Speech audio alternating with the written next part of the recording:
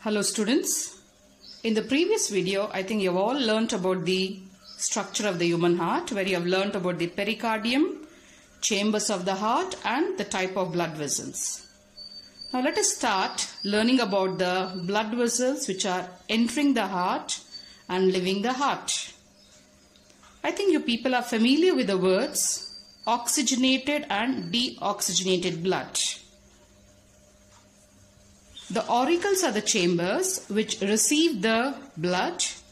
So let us start with the right auricle, which receives the two blood vessels.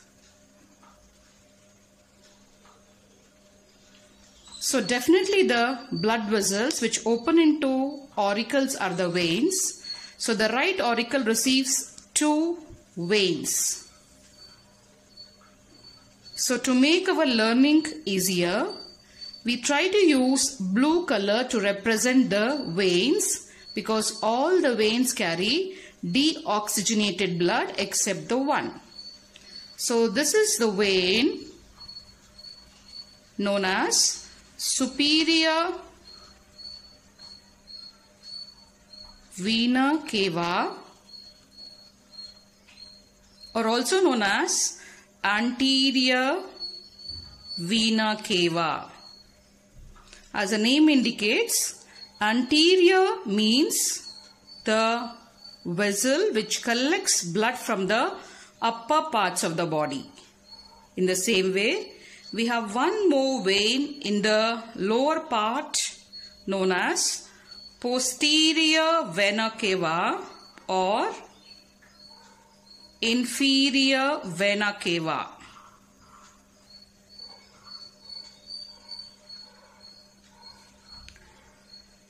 Anterior or superior vena cava brings deoxygenated blood. Remember children, in the previous video you have learnt about the meaning of the word deoxygenated blood, which contains more of carbon dioxide and less of oxygen. So anterior vena cava brings the deoxygenated blood from upper parts of the body, such as our brain, our chest cavity, from our arms to the right auricle. Children, remember, whenever they ask you about the function of a blood vessel, any blood vessel, you have to mention about from where it is brought and to where it is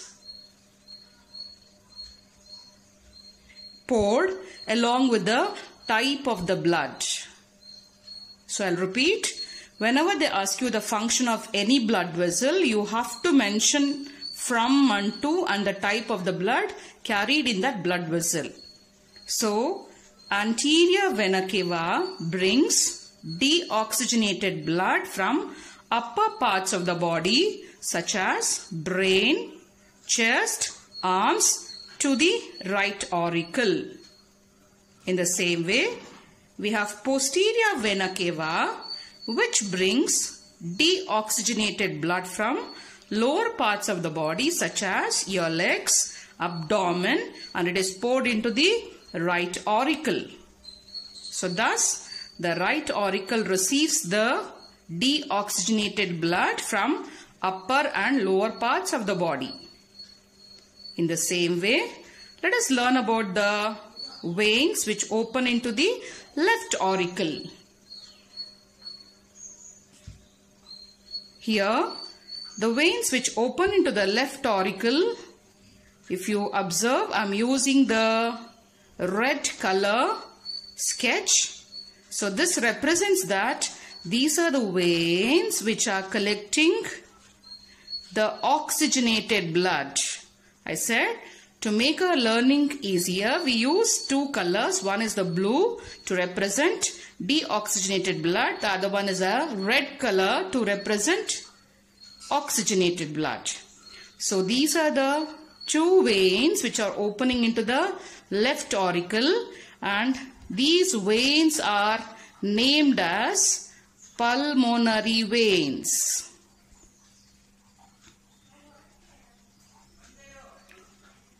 So these pulmonary veins bring oxygenated blood from lungs to the left auricle. So there are nearly 4 veins, 2 veins from the right lung, 2 veins from the left lung, which bring oxygenated blood to the left auricle.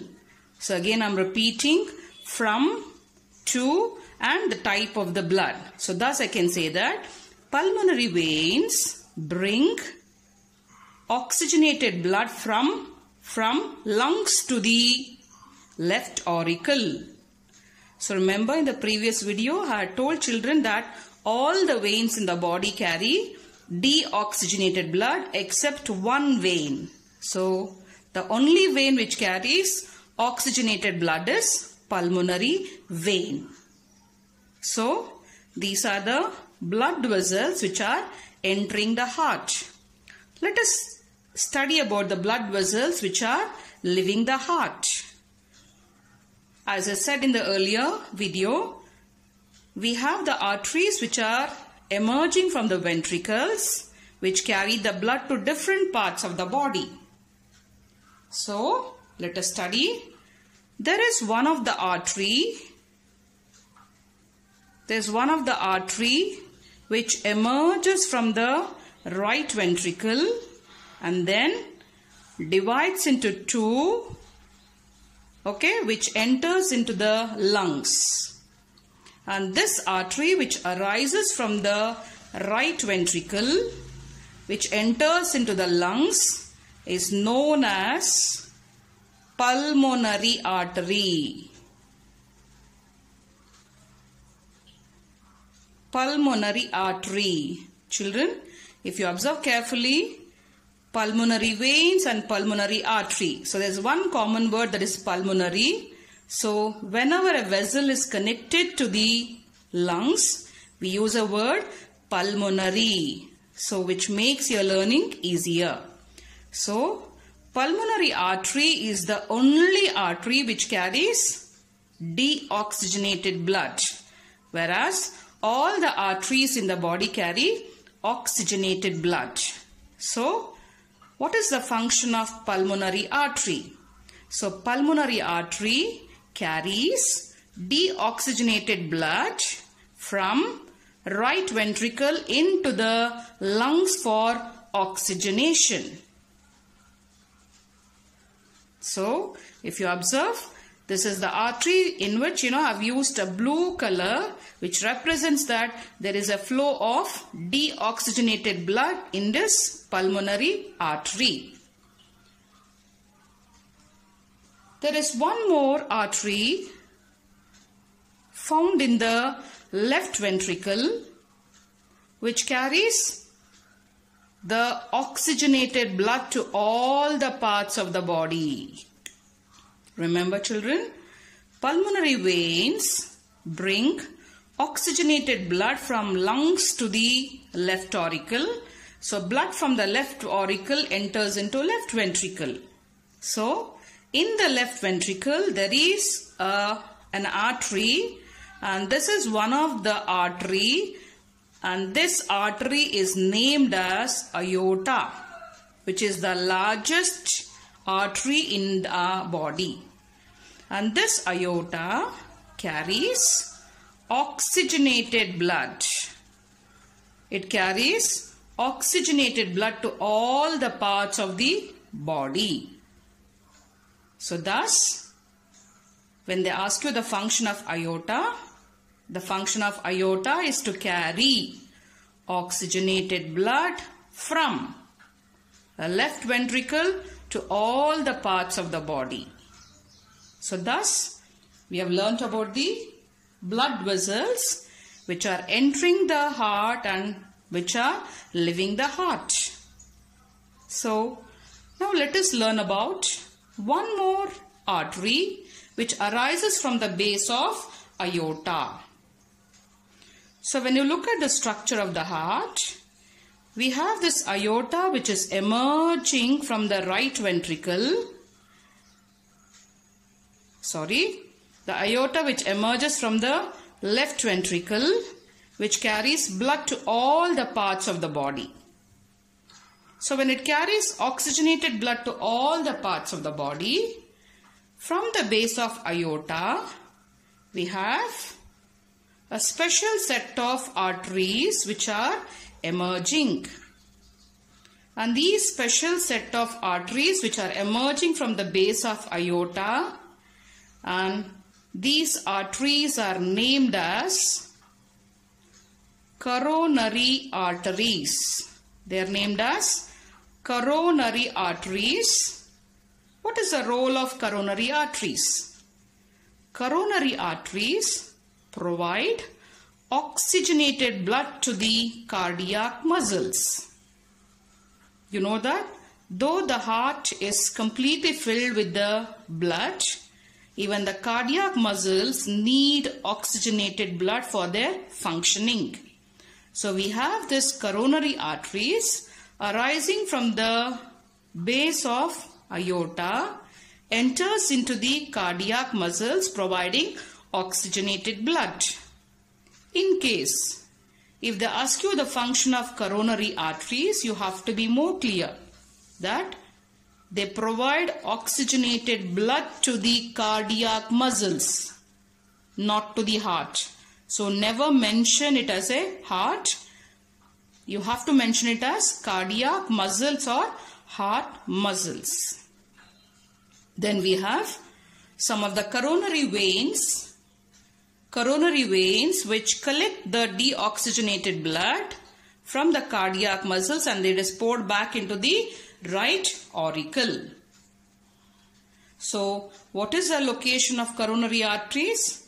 Coronary arteries arises from the base of aorta to the cardiac muscles, carrying oxygenated blood to the cardiac muscles.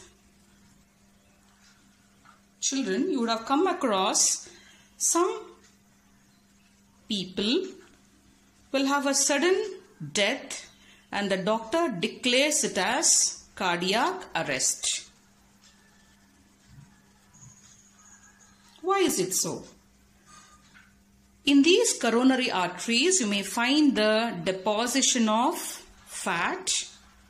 So whenever there is a deposition of fat in one or more branches of the coronary arteries, the muscles, the corresponding cardiac muscles just below the blockages starts dying out. Or you can say that there is a deadening of corresponding cardiac muscles very close to that blockage in the branch of the coronary artery or a branches of coronary artery, which leads to the deadening of cardiac muscles and which leads to a condition known as myocardial infarction, which is commonly known as heart attack. So I repeat. So myocardial infarction is nothing but blockages in one or more branches of coronary arteries leads to the deadening of corresponding cardiac muscles, which prevents the supply of blood to the cardiac muscles and leads to a condition known as a myocardial infarction or commonly known as heart attack. Just before this condition, sometimes if there are small blockages, a person experiences a sort of chest pain. So when he experiences the chest pain, it is an indication that there is an insufficient supply of blood to the cardiac muscles. So whenever there is an insufficient supply of blood to the cardiac muscles, he develops a condition. And that condition, we name it as a angina pectoris. So what is angina pectoris? It's a condition in which a person experiences chest pain due to insufficient supply of blood to the cardiac muscles. Fine? Yes, children? Now we have learnt about the blood vessels and certain conditions which are related with the heart. Now, let us study about certain valves which are associated with the heart. You know, when the blood enters into the auricles, from the auricles, blood enters into the ventricles. So there is a tendency when the ventricles undergo contraction, blood from the ventricles may enter back into the auricles, or when the auricles undergo contraction, they may enter back into the respective veins. So in order to prevent this flowing back of the blood, there are certain valves in the body. So what is the meaning of a valve? When do we use the word valve? A valve is a structure which allows the flowing of blood in one direction only. So remember, what is the meaning of a valve? Valve is a structure which prevents the backflow of blood, or it allows the movement of blood in only one direction. So there are certain valves inside the heart which prevents the backflow of blood to the other structures. So let us start learning about those valves. In the right side of the heart, in between the right auricle and the right ventricle, or you can say the aperture or the opening between the right auricle and right ventricle, there is a valve. And how is this valve? This valve is a leaf-like structure. See, when you observe a leaf, a leaf has a broader end in one side and the pointed on the other side. So the same way we have this valve, or we can say that it is a leaf-like structure known as flats, or we name it as a cusps. So, in between the right auricle and right ventricle, we have this thin leaf-like flats, or known as a cusps. Since there are three leaf-like structures or three flats, we call this valve as a tricuspid valve. So we name this valve as a tricuspid valve. So if you look at the word, children, so it is tri. Tri represents three. Cuspid is a leaf-like or a flats which are found between the right auricle and right ventricle. So what is the location of a tricuspid valve? It is a valve found in between, or it is found in the aperture between right auricle and right ventricle. What is the role of tricuspid valve? The tricuspid valve prevents the backflow of blood from right ventricle into right auricle. In the same way, on the left hand side of the heart, we find again two leaf-like extensions, or we call it as a cusps. Since there are two in number, we name this valve as bicuspid valve, which is also known by one more name known as a mitral valve. So what is the location of a mitral valve? The mitral valve is found in between the left auricle and left ventricle. What is the function of mitral valve or a bicuspid valve? It prevents the backflow of blood from left ventricle into left auricle. So thus, between the right auricle and right ventricle, we find the tricuspid valve. Between the left auricle and left ventricle, we find the bicuspid valve.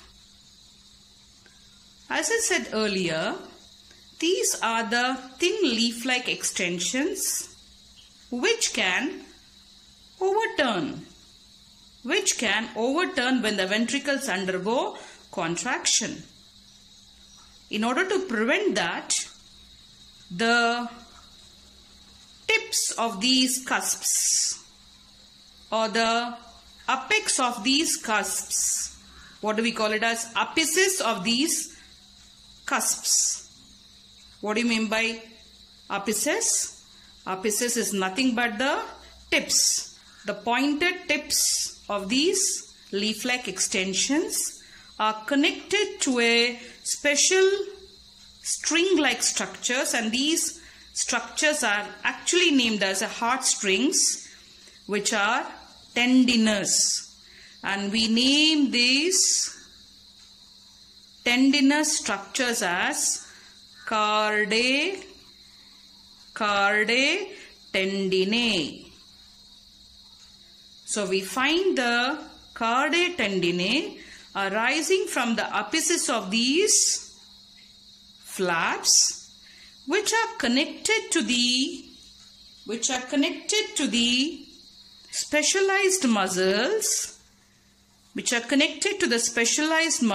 and these muscles are arising from the ventricular muscular walls. So you can find that these are the specialized muscles which are arising from the ventricular walls, and these specialized muscles are known as papillary muscles. So where do we find the cardae tendinae? So cardae tendinae is found in between the apices of the flaps and then connected to the papillary muscles. So what is the role of a cardae tendinae? Cardae tendinae holds the tricuspid and bicuspid valves in position, which does not allow the flaps to overturn into the auricles when the ventricles are undergoing contraction. So what is the location of the papillary muscles? Papillary muscles are the muscles which are found in the walls of the ventricles. So in the same way, even onto the left side, we find the cardae tendinae arising from the flaps of the bicuspid valves and which are connected to the papillary muscles which are arising from the walls of the ventricles. So thus, we have these two valves on the right side and the left side of the heart, which prevent the backflow of blood from ventricles into auricles. In the same way, when the blood enters from the ventricles into the pulmonary artery or from left ventricle into the aorta, there is a tendency for a blood to flow back. So to prevent that backflow of blood, we find one more set of valves. And these valves are different in their shape. What is their shape? These valves are cup-like structures. They are the cup-like structures. And since they are cup-like structures, you can compare them with the half moon. Hence, we name them as a semilunar valves.